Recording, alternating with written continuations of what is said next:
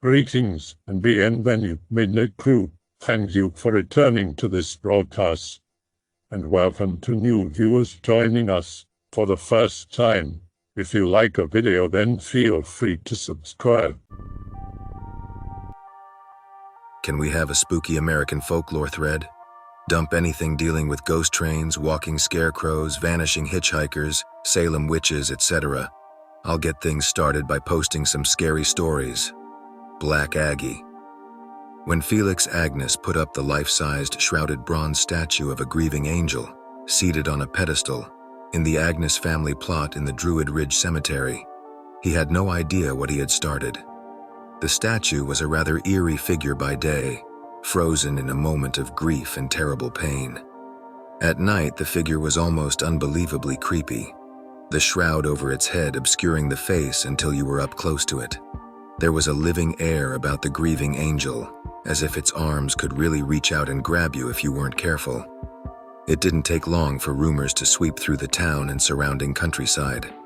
They said that the statue, nicknamed Black Aggie, was haunted by the spirit of a mistreated wife who lay beneath her feet. The statue's eyes would glow red at the stroke of midnight, and any living person who returned the statue's gaze would instantly be struck blind. Any pregnant woman who passed through her shadow would miscarry. If you sat on her lap at night, the statue would come to life and crush you to death in her dark embrace. If you spoke Black Aggie's name 3 times at midnight in front of a dark mirror, the evil angel would appear and pull you down to hell. They also said that spirits of the dead would rise from their graves on dark nights to gather around the statue at night. People began visiting the cemetery just to see the statue, and it was then that the local fraternity decided to make the Statue of Grief part of their initiation rites. Black Aggie sitting, where candidates for membership had to spend the night crouched beneath the statue with their backs to the grave of General Agnes, became popular. One dark night, 2 fraternity members accompanied a new hopeful to the cemetery and watched while he took his place underneath the creepy statue. The clouds had obscured the moon that night, and the whole area surrounding the dark statue was filled with a sense of anger and malice. It felt as if a storm were brewing in that part of the cemetery, and to their chagrin, the 2 fraternity members noticed that gray shadows seemed to be clustering around the body of the frightened fraternity candidate crouching in front of the statue. What had been a funny initiation rite suddenly took on an air of danger. One of the fraternity brothers stepped forward in alarm to call out to the initiate. As he did, the statue above the boys stirred ominously. The 2 fraternity brothers froze in shock as the shrouded head turned toward the new candidate. They saw the gleam of glowing red eyes beneath the concealing hood as the statue's arms reached out toward the cowering boy. With shouts of alarm, the fraternity brothers leapt forward to rescue the new initiate. But it was too late. The initiate gave one horrified yell, and then his body disappeared into the embrace of the dark angel. The fraternity brothers skidded to a halt as the statue thoughtfully rested its glowing eyes upon them. With gasps of terror, the boys fled from the cemetery before the statue could grab them too. Hearing the screams, a night watchman hurried to the Agnes plot. To his chagrin, he discovered the body of a young man lying at the foot of the statue. The young man had apparently died of fright. The disruption caused by the statue grew so acute that the Agnes family finally donated it to the Smithsonian Museum in Washington, D.C. The grieving angel sat for many years in storage there, never again to plague the citizens visiting the Druid Hill Park Cemetery. Okay, chaps, the Wendigo is a cannibal creature found in the folklore of the Algonquian and is native to most of Canada and northern United States. It is typically described as a gaunt, misshapen, hairy humanoid of tree-like stature with bright yellow eyes that resemble that of an owl, 12-inch claws and yard-long feet. The folk belief of the Wendigo is that an individual undergoing extreme hunger in the woodlands of Northern America will be possessed by the spirit of the Wendigo and slowly transform into a hideous deformity. The creature will resort to cannibalizing those it once knew and terrorizing local inhabitants. The creature has incredible strength, can swim and climb trees, has a breath like a hurricane that howls through the night, and can live off forest vegetation. However, the Wendigo desires human flesh above all else and will chase down any human caught in the senses of the Wendigo. While considered mostly mythical by authorities, there have been occasions of Wendigo panic, leading to the evacuation of some settlements. Some dismiss the story of the Wendigo and pass it off as tales originating from those afflicted by the now appropriately named Wendigo psychosis, whereby the individual resorts to cannibalism under extreme hunger. Despite this, there are many alleged encounters with this entity, and I would be most interested if anyone could either shed more light on this bit of folklore or if anyone could share any stories they've picked up. Dances with the devil. The girl hurried through her schoolwork as fast as she could. It was the night of the high school dance, along about 70 years ago in the town of Kingsville, Texas. The girl was so excited about the dance. She had bought a brand new sparkly red dress for the dance. She knew she looked smashing in it. It was going to be the best evening of her life. Then her mother came into the house looking pale and determined. "You are not going to that dance," her mother said. "But why?" the girl asked her mother. "I've just been talking to the preacher. He says the dance is going to be for the devil. You are absolutely forbidden to go," her mother said. The girl nodded as if she accepted her mother's words. But she was determined to go to the dance. As soon as her mother was busy, she put on her brand new red dress and ran down to the KC Hall where the dance was being held. As soon as she walked into the room, all the guys turned to look at her. She was startled by all the attention. Normally, no one noticed her. Her mother sometimes accused her of being too awkward to get a boyfriend, but she was not awkward that night. The boys in her class were fighting with each other to dance with her. Later, she broke away from the crowd and went to the table to get some punch to drink. She heard a sudden hush. The music stopped. When she turned, she saw a handsome man with jet black hair and clothes standing next to her. "Dance with me," he said. She managed to stammer a yes, completely stunned by this gorgeous man. He led her out on the dance floor. The music sprang up at once. She found herself dancing better than she had ever danced before. They were the center of attention. Then the man spun her around and around. She gasped for breath, trying to step out of the spin. But he spun her faster and faster. Her feet felt hot. The floor seemed to melt under her. He spun her even faster. She was spinning so fast that a cloud of dust flew up around them both, so that they were hidden from the crowd. When the dust settled, the girl was gone. The man in black bowed once to the crowd and disappeared. The devil had come to his party and he had spun the girl all the way to hell. The Beast of Bray Road is a hairy humanoid with canine features that was sighted near the towns of Delavan and Elkhorn in Wisconsin, mainly during the 1990s. It was labeled a werewolf in local folklore. Most cryptozoologists have decided to label it a Bigfoot in order to avoid dealing with the scientific absurdities involved with werewolves. However, some people think that it is a cryptid canine instead. Some researchers consider the Beast of Bray Road to be identical to a kind of Wisconsin Bigfoot, named the Bluff Monster or the Eddy. Other names that have been applied to the Beast of Bray Road include the Bear Wolf and the Indigenous Dogman, but the Native Americans call it the Wendigo. The Beast of Bray Road counts as the most famous of modern American werewolves. It has been in the media regularly since the first sightings were publicized, and even had a low-budget movie based on its legend. Because of the numerous witnesses who have claimed to see this creature, the evidence supporting the Beast of Bray Road is far greater than the evidence supporting almost any other werewolf legend. Cryptozoologists, of course, do not generally take shapeshifters seriously unless they are fringe cryptozoologists who hold more of a paranormal view of things. Therefore, as with other werewolf reports, there is a tendency to force the evidence into a more acceptable interpretation, discarding whatever circumstances and details of witness testimony that do not fit with the chosen hypothesis.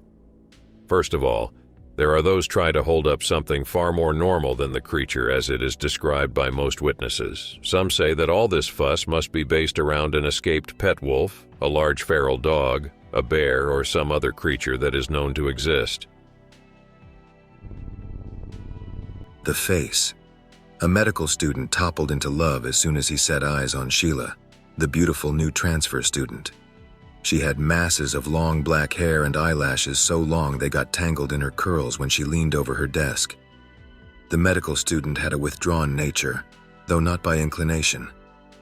He'd learned the hard way that people avoided him when they heard about his insane father, locked away in an asylum. But he had to overcome his taciturn nature or risk losing Sheila to one of the other fellows that panted after her. So the medical student volunteered to tutor Sheila in one of her classes. After that, it was easy. Sheila toppled into love with the medical student as madly as he was in love with her. They went everywhere together, hardly bearing to part for classes. The medical student lived in a bubble of joy until the day he saw Sheila speaking to a good-looking fellow who lived in the same dorm. They were laughing together over something one of their professors had said in history class, and a shaft of sheer jealousy pierced the medical student's gut. How dare she laugh with another man? He confronted Sheila with her perceived trespass, and she stared at him incredulously. "You're crazy," she said. He winced, reminded of his father, and shouted insults at Sheila until she stalked off in a rage. They made up over dinner, and things were fine for a while, until the medical student saw Sheila borrow a pen from a handsome blonde fellow at the library.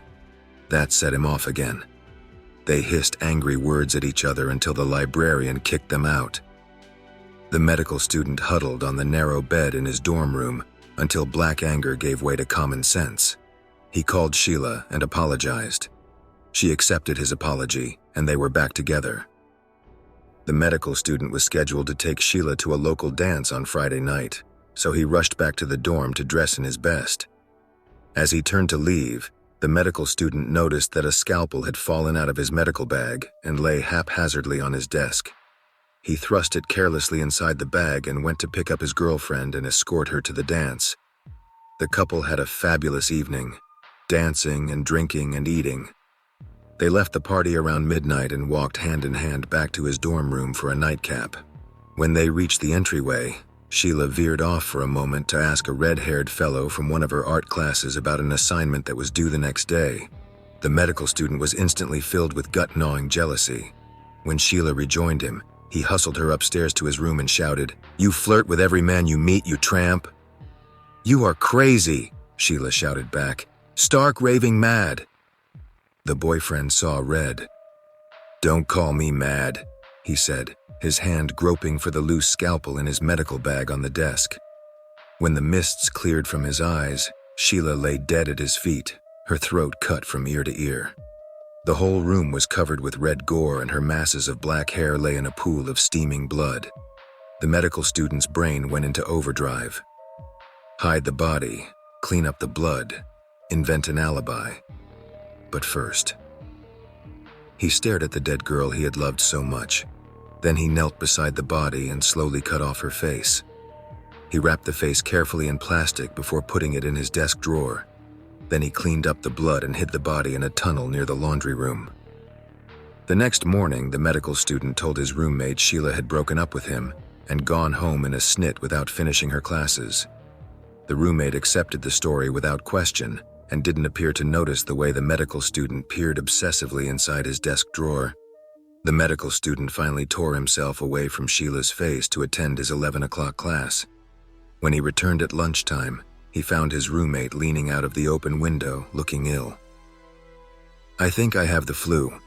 I'd best run to the pharmacy and pick up something for it," the roommate said when he came in. "Want me to take a look?" the medical student asked, reaching for his bag. His roommate turned white. "No, thank you, don't bother," he gasped, practically running from the room. The medical student shrugged in exasperation, peered into the drawer at Sheila's face, and settled down to work on a paper he had due next week. Downstairs, his roommate was on the phone with the police. The medical student went ballistic when the police came with a warrant to arrest him. They manhandled him out of his chair while a grim-faced officer took a look in the desk drawer. When he saw the dead girl's face, the officer swore violently and vomited on the floor. The medical student was placed in the asylum with his father, who was locked away in a padded room next door. Every day, while his enraged father tried to kill his attendants, the bereft boyfriend wept and stared out the window. seeing Sheila's lovely face in the branches of a nearby tree. The face seemed to sway to the rhythm of his father's fists as his insane parent pounded and pounded at the walls. Back in the dorm, the ghost of a young girl in a blood-stained dress still floats along the hallways, searching for her face. There are at least 2 Jersey Devils, the variety found in folklore dating at least over the range of years 1735 to 1909, and the Jersey Devil of modern sightings. The Jersey Devil of folklore has hooves, a snake's tail, bat wings, and a head that looks something like a horse. Altogether, it roughly resembles a kangaroo-like dragon. In fact, it was described as a dragon by many of the early witnesses. On Loren Coleman's website, the Jersey Devil is among his top 50 cryptids, describing it as, "This regionalized name hides these creatures that have been haunting the New Jersey pineland forest for over 260 years. This Jersey Devil often glows, and it can breathe fire or poison water with its breath, both classic dragon characteristics. The Jersey Devil of folklore Leeds is also known as the Leeds Devil. Local residents trace its origin to a woman named Mother Leeds, the mistress of a British soldier who was suspected of being a witch. When she gave birth to her 13th child, she cursed it. The baby was born as a hairy creature and soon took to terrorizing the populace and eating children." Jack-o'-lantern. After a long day of unlucky hunting, I found myself stuck in the middle of the marshlands for the night, without a flashlight or a lantern to guide my stumbling steps. So I settled beside a fallen log to rest until daylight. As I tossed and turned, I recalled the story my great-uncle told me about a ghost that haunted the marshlands. There was once a man named Jack who was a nasty fellow. He beat his wife and kids and was an all-around bad chap. Jack got worse and worse as the years rolled by. But finally Jack's body got so wore out that he died. He went up to heaven, but St. Peter refused to let such a wretched fellow in. Then he went to hell, but the devil barred the door as soon as he saw Jack coming and wouldn't let him in either. "Go away and don't come back," the devil told Jack. "How am I supposed to get back in the dark?" Jack grumbled. "Give me a lantern." So the devil threw a chunk of molten fire out to Jack, who took it for his lantern and went back to Earth, where he wanders forever through the swamps and marshlands of the earth, a bitter spirit whose only delight was in luring the unwary to their doom with his lamp. At this juncture in my musings, I happened to look out over the marshes and noticed a blinking light in the fog. "Is that you, Jack-o'-lantern?" I called jovially. "Jack, Jack, Jack," a voice whispered back. I was seriously spooked. I clutched my gun to my chest, the hairs on my arms standing on end. Had that been an echo of my voice, or was someone out here with me?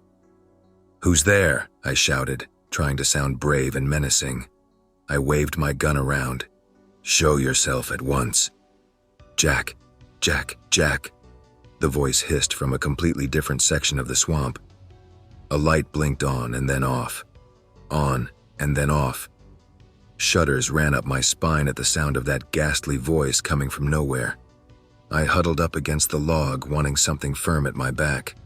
Suddenly, the story of the jack-o'-lantern didn't seem so funny. My heart was pounding so hard it made my chest hurt. I strained my ears in the silence that fell over the swamp. "Jack, Jack, Jack," the voice hissed from somewhere to my left this time. The light blinked on, off, on. I counted 10 heartbeats this time before it went off. The voice sounded closer. I held very still, my instincts screaming at me to hold my breath and not move until the menace had passed. The voice came again, far off to the right. "Jack, Jack, Jack," it hissed. The light came on, off, on, off. "It's moving away," I thought, relaxing just a bit, feeling safer. There was a long, long, long silence. Nothing stirred, not the wind in the grass, not the frogs or turtles in the water, not the crickets or night insects. "Jack, Jack, Jack," the voice hissed softly right into my ear, and I looked up into the glowing red eyes and twisted face of the jack-o'-lantern. I screamed and lashed out at it with my gun. I ran a few steps, tripped and fell over, knocking my head on a sharp stone. For a moment I saw stars and I felt blood pouring from my scalp, but the jack-o'-lantern was right behind me. I had to get away. I rolled and fell into a deep pool. I plunged underneath the water, flailing desperately against rope-like grasses that tried to keep me down. My head finally burst out of the water, and I gasped desperately for air, treading water as best I could with my trembling limbs and aching head. I heard the creature laugh in the mist. "Jack, Jack, Jack." The voice hissed delightedly, and the light blinked on, off, on, right over my head, blinding my dazed eyes as horror flowed through me and froze my limbs so I could no longer swim. For a long moment, the grotesque face and red eyes of the jack-o'-lantern loomed out of the mist before my petrified gaze. My head started to swim with pain from my bleeding skull. The evil face above me, lit by its bright light, whirled around and around, growing dimmer as my eyes started to glaze. I was vaguely aware that I should keep swimming, keep trying to make my way to the edge of the pool, but the effort was too much for my suddenly heavy limbs. I barely noticed myself plunging down and down into the watery depths of the pool, too stunned by my injury to fight my way to the surface a second time. Then there was only darkness and silence and a voice hissing in cold triumph. "Jack, Jack, Jack." Mothman is usually described as a bipedal, winged humanoid. Its coloration varies from gray to brown to even white. He is often reported to be about 7 feet tall, with a wingspan of about 10 feet or more, plus over 100 miles per hour of speed. Sometimes he's described as not having a head with the 2 huge red eyes set in the chest. These eyes are reported to be glowing, or at least reflective. The details of his face, if he has one, and his feet have never been adequately described. Only one witness ever saw the face clearly, and she could only say that the details were horrible and monstrous. She had terrible nightmares and nearly suffered a nervous breakdown. Anyone who gets a close look at the Mothman seems to suffer from extreme fear and psychological distress, sometimes lasting for months or years afterwards. In particular, people say that a sense of pure evil overcomes them when they see Mothman's eyes. Mothman is perhaps 6 or 7 feet tall when standing. He can fold his wings and walk with a weird shuffle that many witnesses compare to a penguin. When he flies, he unfolds his wings and shoots straight up with great speed, then levels out to go wherever he wants to go. He is rarely observed flapping his wings on takeoff. Witnesses has described the flight pattern as like a helicopter. He can fly much faster than any bird should be able to fly, as measured by those victims who suffered from what seems to be Mothman's favorite activity, chasing cars. He'll fly in front of them and even sometimes hit the roof. Playing piano. Da-da-dum-dum blat. Charlie winced when his wife hit the wrong note on the piano for the 32nd time that day. He knew it was the 32nd time because he'd kept count as he went about his daily chores, cleaning the lighthouse, checking the supplies, mending the rowboat. Charlie blamed himself for his wife's latest obsession. He should never have taken Myrtle to attend the concert when that high-flutin' concert pianist came to town. But it was a special occasion and everyone they knew was going. So Charlie and Myrtle went too. And Myrtle decided right then and there that what she wanted more than life itself was to play the piano. Charlie tried to talk her out of it. No one in Myrtle's family was any good at music, but Myrtle was stubborn. If she couldn't find a dadgum way, she'd make one. Before Charlie could count to 10, she'd bought a cheap used piano that was always out of tune and hauled it over to the island on her brother Jamie's fishing boat. From that day on, it was practice, practice, practice. Morning, noon, and night, Myrtle sat at the piano with her piano book open, plunking away at the keys. At first, there was not much to hear, and Charlie could ignore the sour sounds. But after a few months, she got better, and a lot worse. There were parts of her song that sounded pretty good, but she never ever got that one line right. There was nowhere on the small island that Charlie could go to get away from the sound of the piano, even when he sat in his favorite rocker out in the woodshed with cotton in his ears. Myrtle's new hobby was the source of much contention between the husband and wife, who had never argued before in their entire lives. Now they argued every day about Myrtle's piano playing. "At least try to learn another song," Charlie begged his wife. but Myrtle was stubborn. "I ain't going to learn another song until I've mastered this one. You've got to practice to get better, Charlie." And Myrtle went back to her piano and started playing again. Da da dum dum blat, dum dum blat blat ding. Things came to a head the day a nor'easter roared down on the island. Charlie and Myrtle were holed up together in the lighthouse hour after hour after hour. Charlie had nothing to do but sit and carve decoy ducks, and Myrtle played the piano, hour after hour after hour. Around 4 p.m., Charlie leapt to his feet and shouted at his wife to stop playing the blasted song. Myrtle leapt to her feet and shouted that she was going to practice until she got it right. Something in Charlie snapped. Afterward, he felt bad about the way he chopped up the piano with his axe. After all, it was a valuable instrument. Try as he might, he couldn't feel bad about doing the same to Myrtle. Charlie put on his oilskins, took up a shovel, and dug a grave out back of the woodshed. He buried all the little pieces of Myrtle with all the little pieces of her piano. He figured she would have wanted it that way. That night, with the nor'easter raging and pounding the island and the lighthouse rattling and shaking wildly in the blast, Charlie got the best sleep he'd had in months. No more piano playing, ever. After the nor'easter blew itself out, Charlie spent the rest of the day cleaning the blood off the floor and walls of the lighthouse. After that, he did his daily duties and carefully noted in the logbook that Myrtle had been swept out to sea by a huge wave while patrolling the beaches, helping Charlie look for shipwrecks. In the middle of the night, Charlie was startled awake by a familiar sound. Da da dum dum blat, dum dum blat blat ding. He sat bolt upright with an oath. It sounded just like Myrtle playing on the piano. This was impossible since she was buried behind the woodshed. Charlie leapt out of bed and felt around for his axe.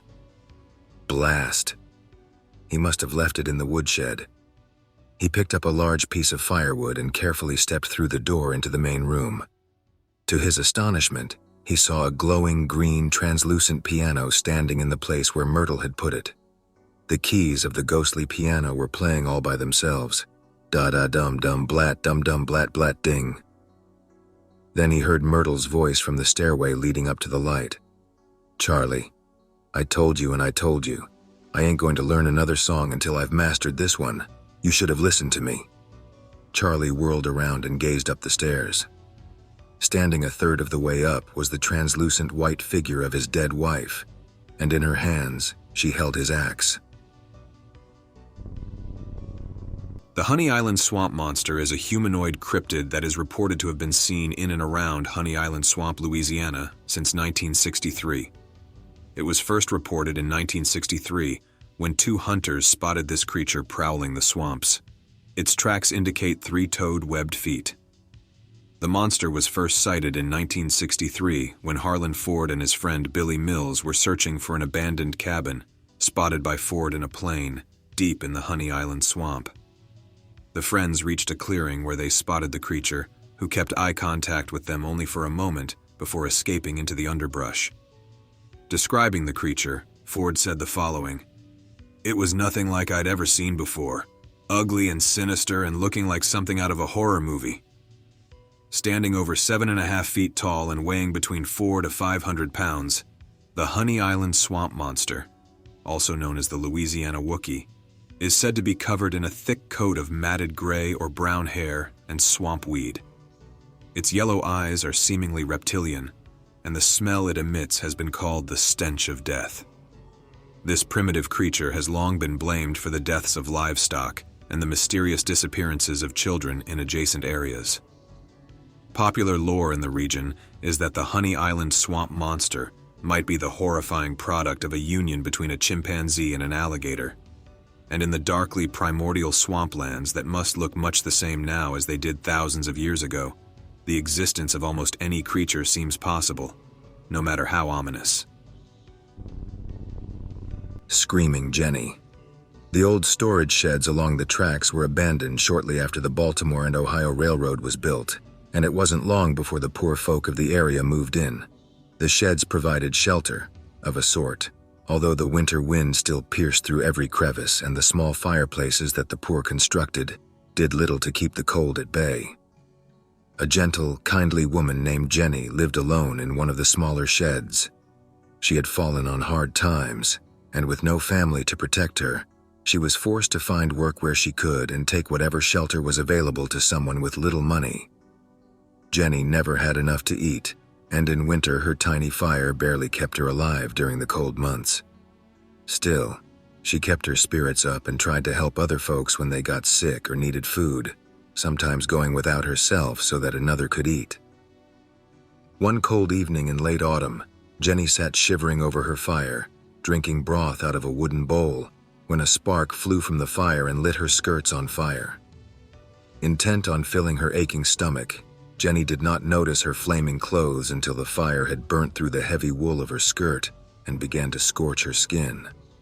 Leaping up in terror, Jenny threw her broth over the licking flames, but the fluid did nothing to douse the fire.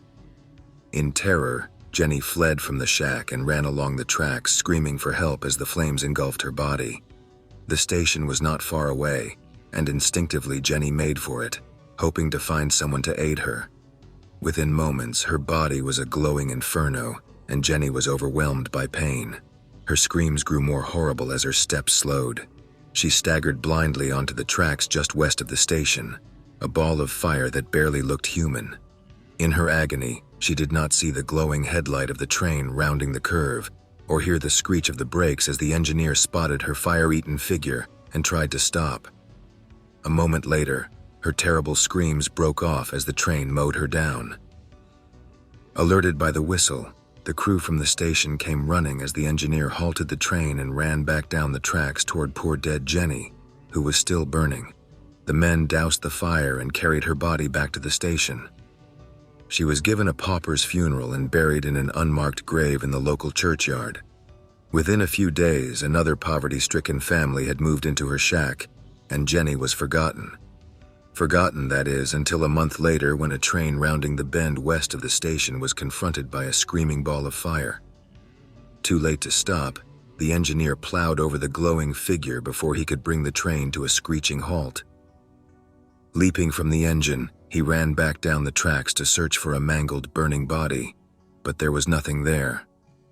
Shaken, he brought his train into the station and reported the incident to the station master.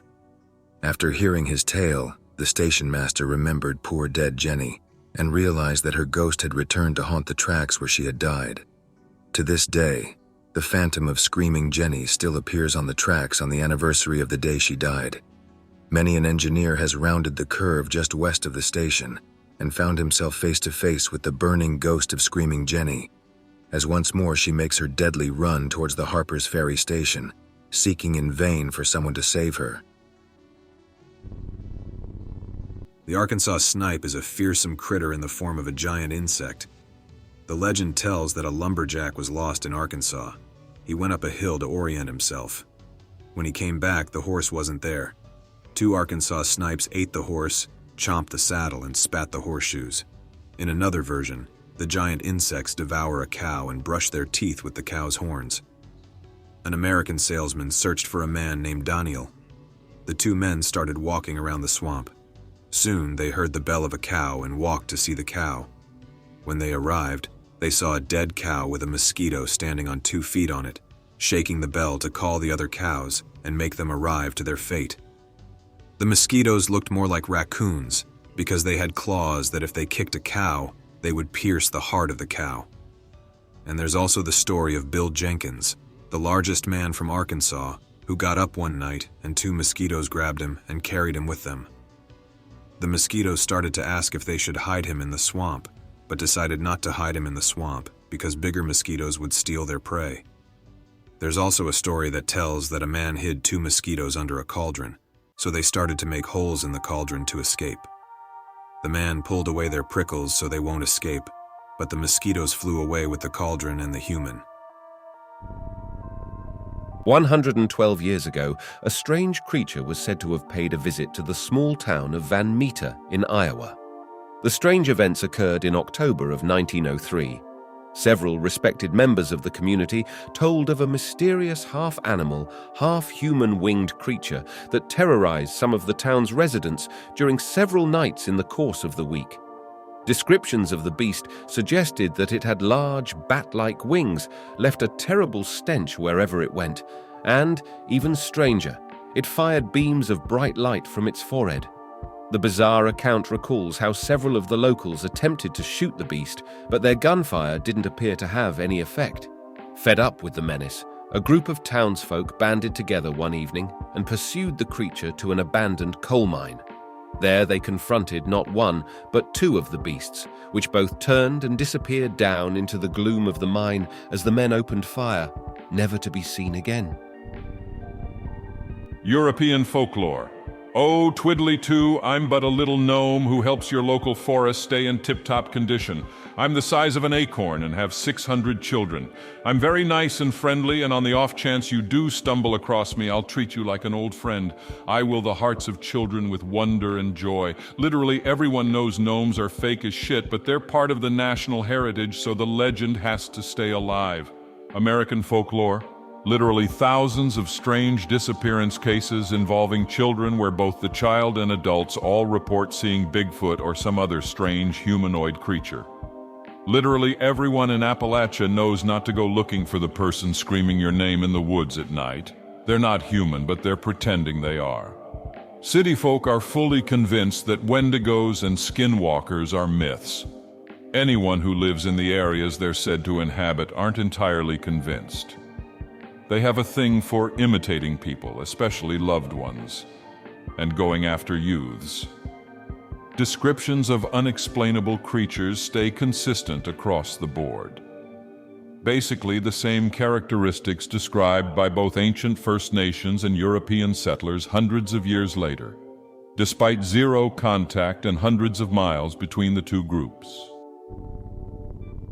I hope that you enjoyed tonight's broadcast. If you enjoyed tonight's story, then please subscribe to the channel as more Greentexts will appear daily. A new broadcast will appear when the clock strikes midnight Central Time.